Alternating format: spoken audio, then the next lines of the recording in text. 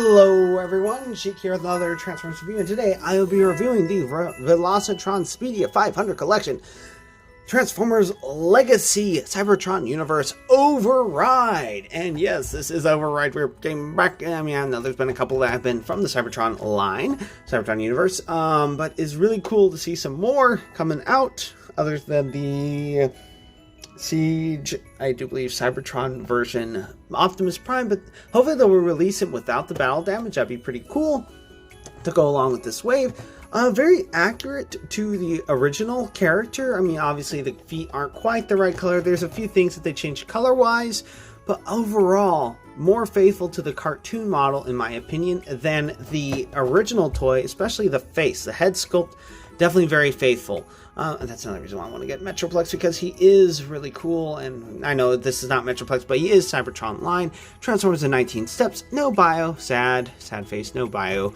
Not really any artwork on this side. And there's Override on this side.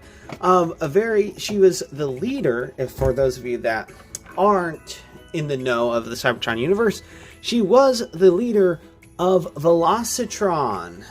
And yeah, because she was the fastest on the planet. That's how they choose their leaders, is racing, and then whoever beats the fastest, then they're the new leader of the planet. Anyway, enough about that. Let's go ahead and get her opened up. So here we have her out of the box. As you can see, the race car looks a little bit funky because it does not have her booster pack, rocket engines, which turns out this would have been where Cyberplanky would have gone in, and was sprung out, boom, the two little guns, which are not spring loaded, but they still do rotate around. And this is her weapon in robot mode, which is pretty cool. And there are two little wing things on here, which I do believe, at least for car mode, it makes sense to have them up at an angle. And you just plug this into place, and there we go. Now we have a Cybertronian space race car, which is really cool. And her wheel, oh wow, wow, they actually went out on these. They actually started using pins again. Wow. Wow, wow, wow, wow. Oh, it's quite possible that they might have, because this does feel heavier than a lot of more current figures. It's possible that they actually used the original mold and changed it up a bit, because there's all the metal pins and they're translucent red plastic. And whether or not they used the original mold, I don't know, because I never had the original Override. But if they did, it's really cool that they reused it and they just changed some things up. But man, oh man, this looks so cool and it feels so sturdy. I love it. I love it. If it isn't an old mold that they just reused, please, Hasbro, keep up the good work with, give us more figures like these that we actually feel like they're going to not going to fall to pieces on us. Yeah, and she rolls like a speedster should, so that's really cool. And for comparison, let's go ahead and bring in Alita 1.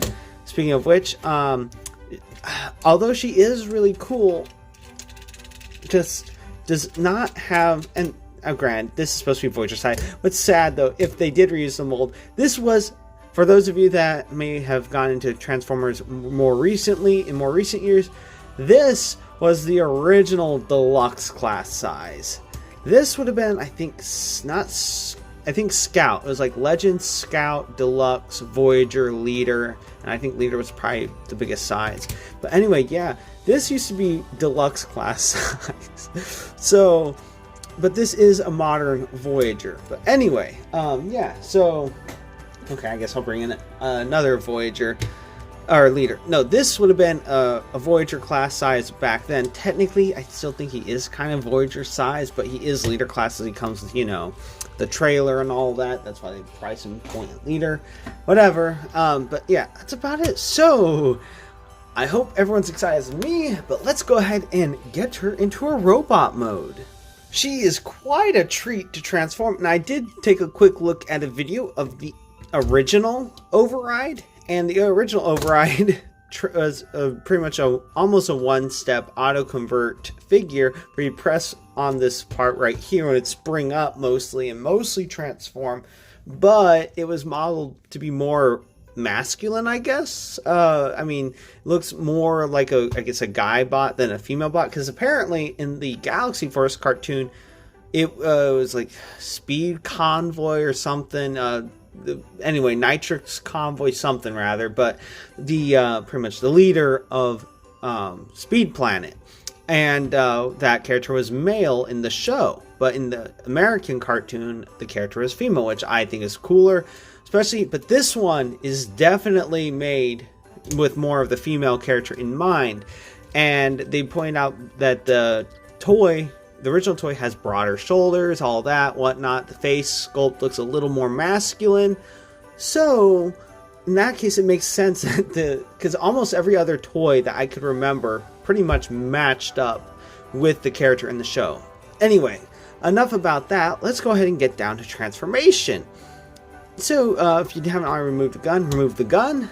And you're just going to pretty much untab the legs. They look really thin right here, but don't worry about that, because that then tabs in right there, tabs in right there, rotate around, get this, flip her feet out, close up, tabs into place,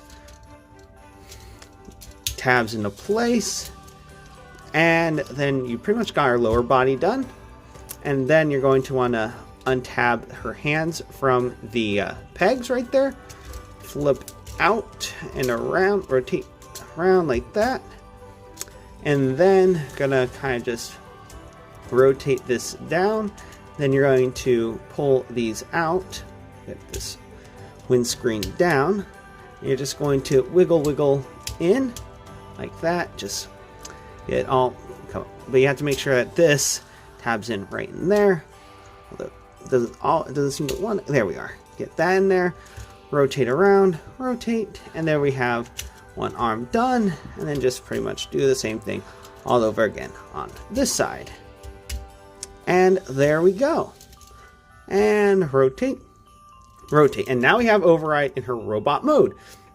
And as you can tell, very quick, easy transformation, even without the auto converting, which I don't really care for, but I'll post a picture alongside here to show the differences, because if you'll notice that these shoulders, like not as broad, and then the face, definitely more feminine. It still looks stern and all that. It doesn't look like, I guess the all delicate, whatever, but definitely looks more feminine, which I think is cool because she's like a strong leader, which I thought was awesome.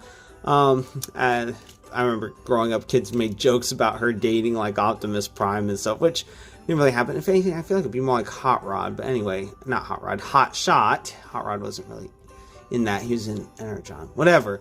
Anyway, but yeah, anyway, it's more of a mentor relationship. Once Hot Shot managed to beat her, it was crazy because she was like crazy hard to beat, and he did a lot of stuff to his body, pretty much just trying to get faster and faster so he could beat her, so he could win the Cyber Planet key. Anyway, articulation wise, head is on a ball joint, can do a full 360. It is a lot of clear red plastic, which might have some light piping, but if it does, it's kind of weird because she has blue eyes and it doesn't really show through. I don't know, I think they're also trying to go for the Cybertron stylization a little bit with the because they almost all had light piping. Arms go out that far, throw 360 at the shoulders, bicep swivel, bend at the elbow about 90 degrees, and wrist swivel, waist swivel. Although the backpack a little bit, it's not much of a backpack, but it's enough to get away of waist swivel. So that's, I guess, one minor complaint about this figure. Full splits. Legs can go forward that far. Over 90 degree bend at the knee. And she actually does have some ankle tiltage, which is pretty cool. All in all, I'd say that she is probably, and I had a hunch that she was going to be good.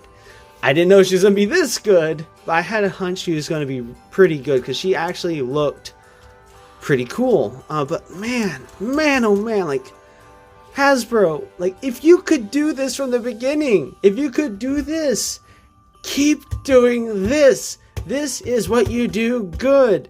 Why do you have to I don't know, oversimplify things. This is a solid figure, one of the most solid ones you've done in ages.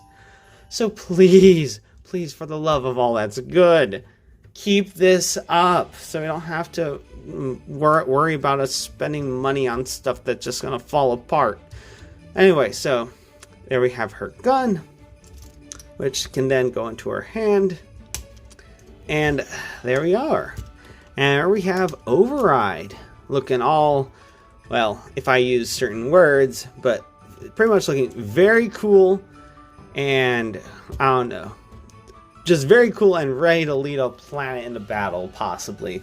She is one of the most awesome figures ever. And I guess before I say farewell, I'll do one last comparison. And here we have her with Elita 1. Elita 1, you are cool, you look nice, but I'm sorry, you are nothing, no, okay, not nothing, but you're not as good as Override. Anyway, Override is, I have to say, probably one of my favorites I've gotten this year, and that's probably hard to do. I mean, I feel like she's in some ways even better than Sludge, who is also up there in my favorites of this year. Yeah, I definitely should make a top 10 or some sort of list of the top figures that I've enjoyed for this this year. So anyway, yeah, so this has been a review of Transformers Legacy Cybertron Universe Override. If you like this review and you'd like to see more, please click that like and subscribe button to see more. And until next time, have a good one, everyone.